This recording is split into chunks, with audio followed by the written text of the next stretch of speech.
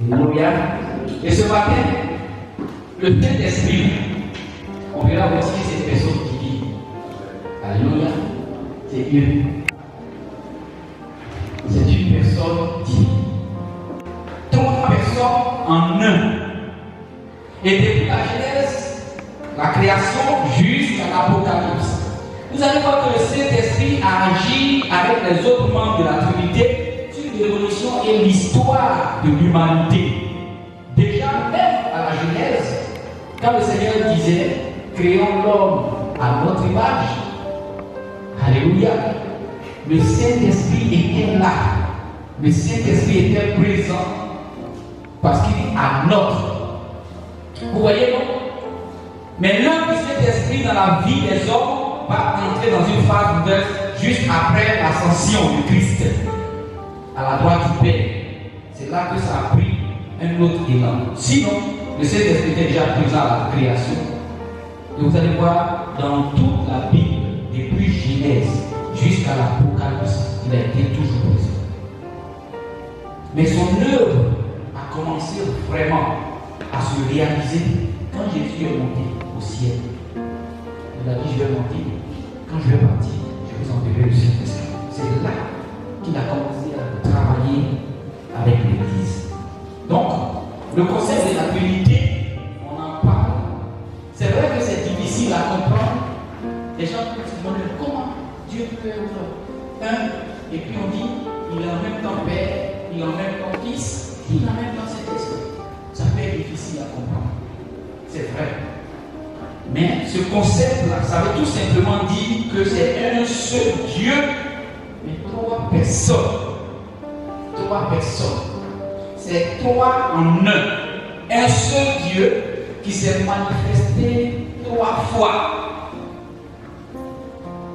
C'est comme si vous prenez l'eau. L'eau, ça peut avoir une manifestation solide. Si vous mettez l'eau dans un congélateur, il devient de la glace. La glace, c'est l'eau aussi. Est-ce que vous m'entendez? Vous prenez de l'eau, vous faites bouillir de l'eau, vous allez voir qu'il y a un gaz qui va s'échapper, la vapeur. Même eau là, ça peut devenir vapeur. C'est eau aussi. Un seul élément se manifester sous différentes formes. Et c'est ce que Dieu a fait. Il s'est manifesté sous la forme de Père, le Père créateur. Il s'est manifesté sous la forme d'un Fils. Il est descendu au milieu des hommes. Il a vécu, il est né comme un homme, vécu comme un homme. Et après, il est remonté et il est revenu sous une autre forme, qui est la forme du Saint-Esprit. Et dans l'Ancien Testament, Dieu le Père parla au travers de quelques personnes privilégiées par son esprit. Donc le Saint-Esprit était déjà présent dans l'Ancien Testament. Jésus le Fils était Dieu incarné, Dieu fait chair. Alléluia. Donc ce matin, nous allons voir cette dimension divine de sa personne. Premièrement, peuple de Dieu. Premier point à voir dans le Saint-Esprit comme une personne divine, nous allons voir d'abord une association. Une association divine. Quand je parle d'association, je veux parler plus du fait que Dieu le Père, Dieu le Fils et Dieu le Saint-Esprit sont une seule personne, mais qui sont associés. C'est comme unis pour une œuvre précise, sauver l'homme. Le plan de Dieu, c'était le plan du salut. Comment sauver l'humanité? Comment sauver les hommes? Et dans son plan qu'il a élaboré, il fallait que lui-même il se révèle à l'homme de trois façons pour que l'homme soit sauvé. Et premièrement, dans la création, il s'est révélé comme un Dieu Père. Le Père créateur de toutes choses. Le Père créateur des êtres vivants, même des êtres inanimés, c'est-à-dire des êtres qui n'ont pas de vie. Il a créé la roche, les pierres, tout ça. Il a créé les canaux, il a créé la faune, la flore, c'est-à-dire les arbres, les animaux. Et il a ajouté à sa création l'homme. Et l'homme, il a créé à sa propre image. Il a dit faisons l'homme à notre image. Quand Dieu disait faisons l'homme, il n'a pas dit faisons l'homme à mon image. Quand il dit à notre image, il pense aux trois personnes: Père, Fils et Saint-Esprit. Alléluia. Donc, cette association est divine. Et vous allez voir que l'association divine là va se traduire dans la formule utilisée pour le baptême. C'est ce qu'on appelle la formule baptismale. Où Jésus lui-même, il reconnaît que le Saint-Esprit était son égal lorsqu'il s'approcha de ses disciples et il leur dit, en Matthieu 28, verset 19 à 20, il dit, allez, faites de toutes les nations des disciples, baptisez-les au nom de qui? Au nom du Père, du Fils et du Saint-Esprit, et enseignez-leur à garder tout ce que je vous ai prescrit. C'est pour cela qu'on baptise au nom du Père, du Fils et du Saint-Esprit. Et quand on est en train de baptiser au nom du Père, du Fils et du Saint-Esprit, on n'est pas en train de baptiser quelqu'un au nom de trois personnes différentes. C'est trois personnes en un. Le même Dieu, il s'est révélé à l'humanité comme Père, il s'est révélé aussi aux hommes comme un Fils, il s'est révélé aux hommes également comme le Saint-Esprit. Et actuellement, il vit dans l'Église comme Saint-Esprit. Nous sommes dans la dispensation du Saint-Esprit. Le temps que nous vivons actuellement sur la terre, c'est avec le Saint-Esprit. Le travail que nous faisons ici sur la terre, qu'on appelle le travail de Dieu, c'est avec le Saint-Esprit. Nous sommes dans la dispensation du Saint-Esprit. Il fut un temps, c'était Dieu le Père qui agissait dans l'Ancien Testament. Et même dans l'Ancien Testament, les trois personnes se sont manifestées jusqu'à l'Apocalypse. Mais le Saint-Esprit a commencé à faire son œuvre dans l'Église après l'ascension. Quand Christ est monté, c'est là qu'il a envoyé le Saint-Esprit. Et aujourd'hui, nous travaillons avec le Saint-Esprit. Nous marchons avec le Saint-Esprit. Nous étudions avec le Saint-Esprit. Il nous révèle des choses. Il nous convainc du péché, de justice et de jugement. C'est avec le Saint-Esprit que l'Église travaille. Le Saint-Esprit n'est pas dissocié de Dieu. Le Saint-Esprit n'est pas à part. Dieu à part. Jésus à part. C'est la même personne qui se manifeste aujourd'hui sous la sphère du Saint-Esprit. Et depuis cette époque, de nombreux croyants ont suivi cette formule du baptême et ont été baptisés au nom du Père, du Fils et du Saint-Esprit, le Dieu trinitaire. Moi qui vous parle, j'ai été baptisé au nom du Père, du Fils et du Saint-Esprit. Et plusieurs parmi nous ont été baptisés également au nom du Père, du Fils et du Saint-Esprit. Et remarquez qu'en donnant cet ordre, Jésus n'a pas fait usage du pluriel. Il n'a pas dit au nom au pluriel. Alléluia. Il dit baptisez-les au nom. Vous allez voir le nom. Quand il dit au nom, il est écrit dans la Bible ici. Au nom, il n'y a pas S à nom. Un seul nom. Au nom du Père, du Fils et du Saint-Esprit. C'est comme si Père, Fils, Saint-Esprit, ça sont un. C'est pour ça le au nom là. Il n'a pas mis S. Il n'a pas mis ça au pluriel. S'il n'était pas un, en français, pour ceux qui sont, qui étudient, pour ceux qui connaissent pas bien, vous allez voir que quand on allait écrire ça au nom là, dans la Bible, on allait mettre S. Mais c'est au singulier.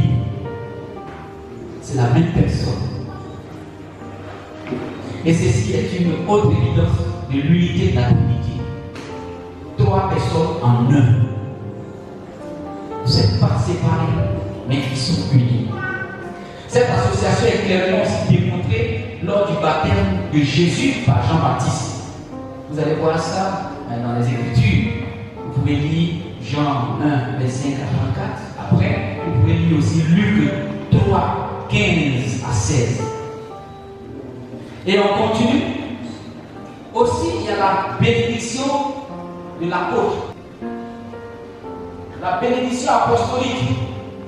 C'est un autre témoignage des Écritures qui montre la divinité du Saint-Esprit. Nous la trouvons où? Dans 2 Corinthiens 13, verset 13.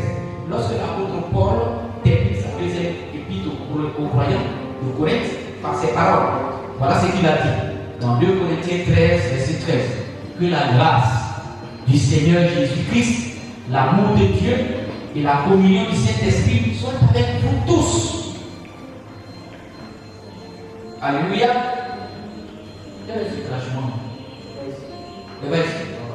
D'accord. Donc vous voyez que dans 2 Corinthiens 13, 13, il a dit que la grâce du Seigneur Jésus, l'amour de Dieu et la communion du Saint-Esprit soient avec vous. Vous voyez que, encore une fois de plus, dans la bénédiction de l'apôtre Paul, il parle des 3 personnes, mais qui sont unies. Que la grâce de Jésus-Christ, que la grâce du Seigneur Jésus-Christ, l'amour de Dieu et la communion du Saint-Esprit, 3, il les cite dans la bénédiction apostolique, soit avec vous tous. 3, unis en une seule personne. Et ce verset associe non seulement les noms du Père, du Fils et celui du Saint-Esprit, mais il les associe également tous dans le service. Ces 3 personnes-là sont associées dans le service que nous rendons à Dieu. C'est pour ça que quand tu pries, Dieu ne soit pas surpris que c'est le Saint-Esprit, même chose aussi. Quand tu pries Dieu, c'est de Jésus, tu parles aussi. Quand tu dis le Saint-Esprit est mon ami personnel, c'est comme si tu disais Jésus est mon ami personnel.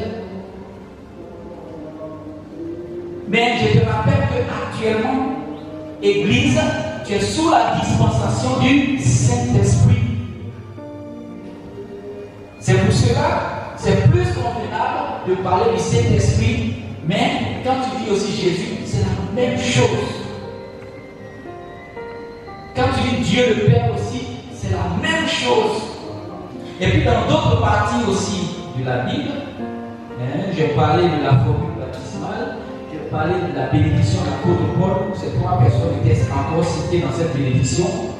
Et dans d'autres récits des Écritures, vous allez voir que ces Écritures aussi parlent du Saint-Esprit qui est associé au récit de la création. Dans Genèse 1, verset 1 à 2, vous allez voir que le Saint-Esprit est cité là aussi. Vous voyez que on parle de Dieu au commencement, et puis on parle aussi de l'Esprit de Dieu qui se mouvait au-dessus des eaux. Donc vous voyez qu'il y a déjà cette association déjà dans la création. Dieu Père, Dieu Esprit. Alléluia. Il y a d'autres textes également qui nous révèlent cette association. Lis le verset 6. Qu'est-ce que tu dis? Oui, Dieu dit, faisons l'homme à notre image. Faisons l'homme à notre image. Selon notre ressemblance. Selon notre ressemblance. Vous voyez le nôtre qui est utilisé ici. Si c'était Dieu seul, il allait dire faisons l'homme à mon image. Mais il dit à notre image. Il veut parler du Père, du Fils et du Saint-Esprit. La ressemblance de Dieu, c'est Père, Fils, Saint-Esprit. Voyons les attributs. Les attributs divins. Une autre preuve de la divinité du Saint-Esprit est qu'il possède des attributs que Dieu seul peut posséder. Alléluia. Et quels sont ses attributs? Nous allons les citer tout à l'heure. Alléluia. Examinons certains de ces attributs de Dieu que le Saint-Esprit partage aussi avec le Père, le Fils, comme le révèle l'Écriture. Premièrement, il est saint. Ça, c'est un attribut de Dieu. Et le nom personnel de la troisième personne de la Trinité qui apparaît le plus fréquemment dans la Bible est Saint-Esprit. Or, Dieu est saint. Vous voyez? Donc, étant donné que Dieu seul, c'est Dieu seul qui possède la qualité de sainteté ou de pureté absolue, ça veut dire tout simplement que son nom même affirme sa divinité. Donc, quand vous voyez Saint-Esprit, ça affirme la sainteté de Dieu. Or, Dieu seul est saint. Donc, le Saint-Esprit est aussi Dieu. Et son nom affirme sa divinité. L'apôtre Paul a insisté sur cet attribut de sainteté absolue lorsqu'il a dit dans Romains 1, verset 4, il dit l'esprit de sainteté. L'esprit de sainteté. Et également, quand vous lisez Ésaïe 6, verset 3, vous allez voir encore que selon la Bible, on dit saint, saint, saint. En Apocalypse 4, 8 également, il est écrit saint, saint, saint de l'Éternel des armées. Donc cet esprit de sainteté est saint. Or, c'est Dieu seul qui possède la qualité de sainteté absolue. Donc le Saint-Esprit est Dieu. C'est donc une reconnaissance de la nature trinitaire de Dieu sous la forme du Saint-Esprit. Saint-Esprit est aussi Dieu parce qu'il a les attributs de sainteté. Il est saint. Ensuite, ce n'est pas le seul attribut. Il est aussi éternel. Alléluia. Il est éternel. On voit ça dans Hébreux 9, 14. Hébreux 9, 14 nous dit quoi? Le Saint-Esprit est appelé l'Esprit éternel. Et quel est l'autre nom de Dieu? Éternel des amis. Or, Hébreux 9, 14 nous dit que le Saint-Esprit est appelé Esprit éternel. Et dans ce passage-là, le mot éternel est le même mot utilisé ailleurs pour décrire la nature éternelle de Dieu. C'est le même mot qu'on utilise quand on parle de la nature éternelle de Dieu.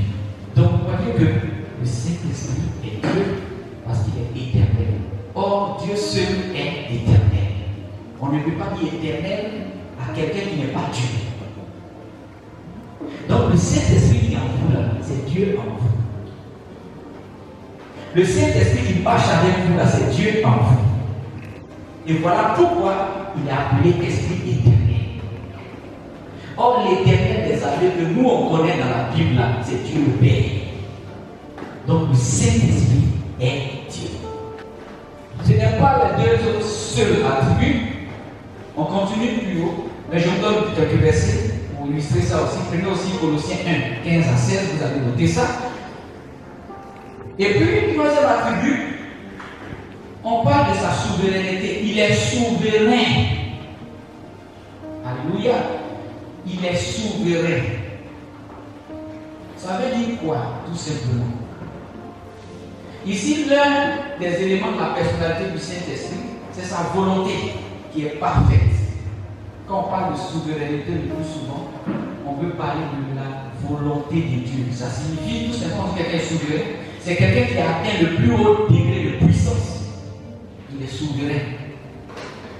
Il a atteint un haut degré de puissance. Il est tellement puissant, il est au-dessus de toutes les puissances. Et quand il dit quelque chose, ça s'accomplit. Il est souverain. Il est au-dessus de toutes les puissances. Il est au-dessus de toutes les forces. Il est au-dessus de toutes les autorités que vous pouvez connaître. Dieu est souverain. Or, le Saint-Esprit a aussi cet attribut de souveraineté. Et Jésus a comparé l'esprit au vent qui souffle où il veut. Quand quelqu'un est souverain, il fait ce qu'il veut.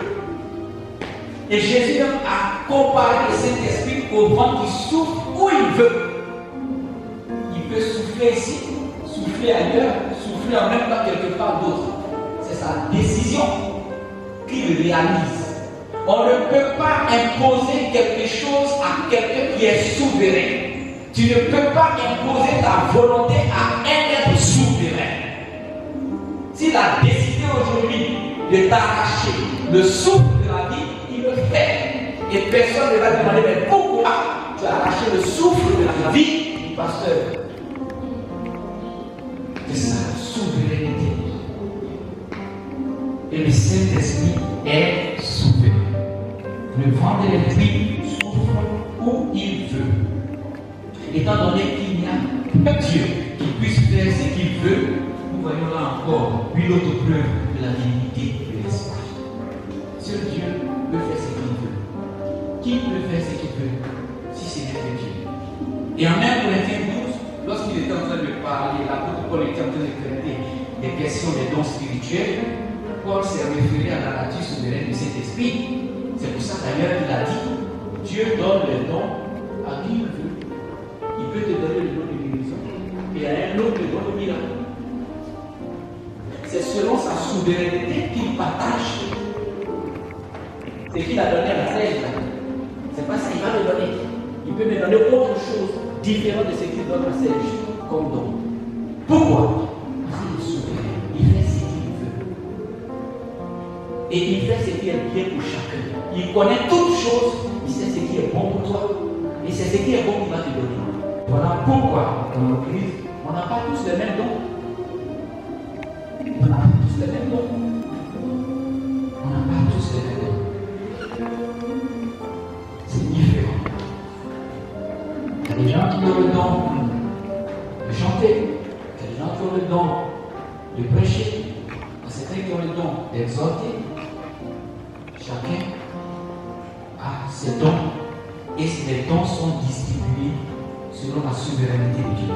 En 1 Corinthiens 12, verset 11, il est écrit un seul et même esprit opère toutes ces choses, les distribuant à chacun en particulier comme il veut. Il est souverain. Voilà pourquoi il distribue comme il veut. Alléluia. Ensuite, il y a aussi un autre attribut. C'est ce qu'on appelle, il est omnipotent. Omniprésent d'abord. Quand quelqu'un est omniprésent, ça veut dire quoi? Présent partout. Si vous entendez omniprésent, ça veut dire qu'il est présent partout. C'est un attribut de Dieu. Est-ce qu'un homme peut être présent partout? Non. C'est Dieu seul qui est présent partout. Et comme le Saint-Esprit aussi est présent partout, ça veut dire que le Saint-Esprit, c'est Dieu. C'est un attribut qu'on donne à Dieu. Donc, il ne faudrait pas que le nom qu'on dit Saint-Esprit, là, ça vous fatigue la tête. Vous dites que on dit Saint-Esprit, donc Saint-Esprit n'est pas Dieu. La Bible dit, la parole de Dieu déclare que le Saint-Esprit est omniprésent. Le Saint-Esprit est présent partout. Le Saint-Esprit est en toi, et en même temps qu'il est en toi, il est aussi en moi.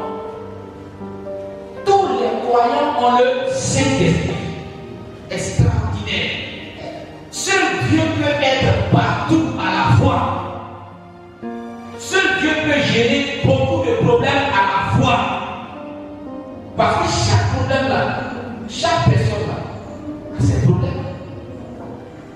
Mais le Saint-Esprit gère. Pendant qu'il est en train de gérer ton problème là-bas, il est en train de gérer aussi mon problème. Pourquoi? Parce qu'il est présent partout. Il est présent partout.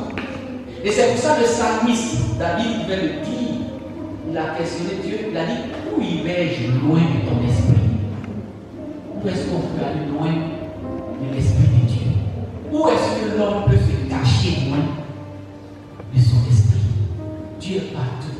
Et toi, tu dis, tu vas te cacher. Où tu vas partir te cacher? Même si tu vas sous la terre, il est là-bas. Tu te caches dans une roche, il est là-bas. Tu es dans le noir, tu fais des bêtises, il est là-bas. Tu es caché si tu fais du bien, il est là-bas. Si la terre ici, où l'homme va se cacher, l'un des attributs de Dieu. Il est omniprésent. Or, le Saint-Esprit est aussi omniprésent.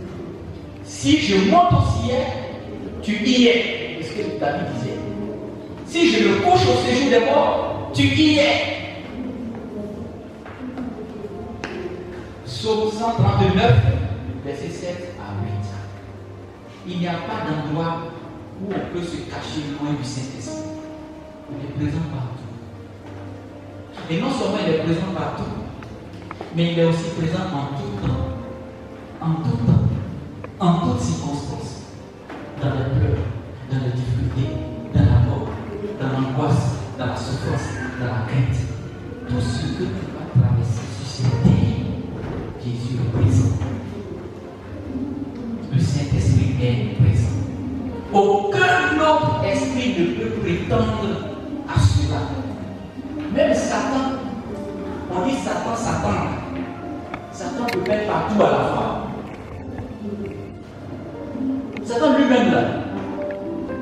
C'est pour ça qu'il a des démons qui l'envoient. Satan peut être partout à la fois. Il n'a pas ce pouvoir. Seul Dieu peut être partout à la fois. Satan il travaille beaucoup les démons. Pour assurer sa présence partout, il travaille beaucoup d'esprits. Lui il envoie les esprits. Allez-y. Parce qu'il peut être partout à la fois. S'il était partout à la fois, il n'allait pas avoir beaucoup de démons comme ça. Seul Dieu peut être partout à la fois. L'Esprit de Dieu n'a pas besoin de dépendre de toute une hiérarchie. L'Esprit est venu comme le fait Satan. Alléluia. Donc vous voyez que le Saint-Esprit est partout. Un autre attribut pour finir, il est aussi omniscient. Omniscient, ça veut dire qu'il connaît tout. Il connaît tout. Le Saint-Esprit connaît tout. Alléluia.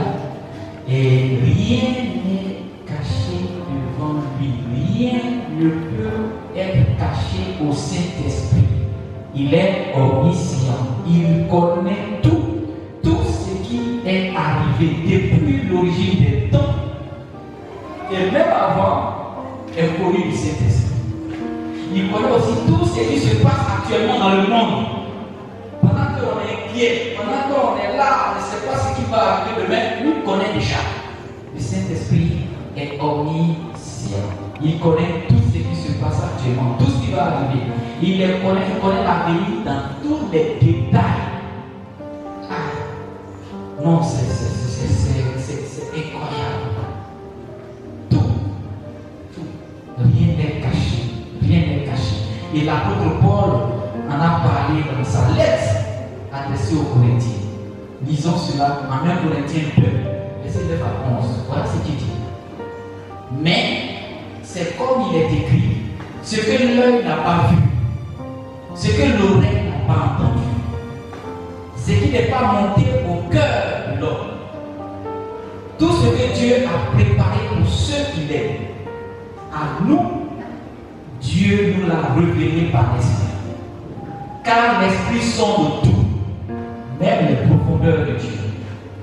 Qui donc, parmi les hommes, sait ce qui concerne l'homme, si ce n'est l'Esprit de l'homme qui est en lui? 1 Corinthiens 2, verset 9 à 11. Le Saint-Esprit sait tout. Et rien n'est caché devant le Saint-Esprit. Ce Dieu est comme ça. Ensuite, il y a un autre attribut. On dit qu'il est aussi omnipotent.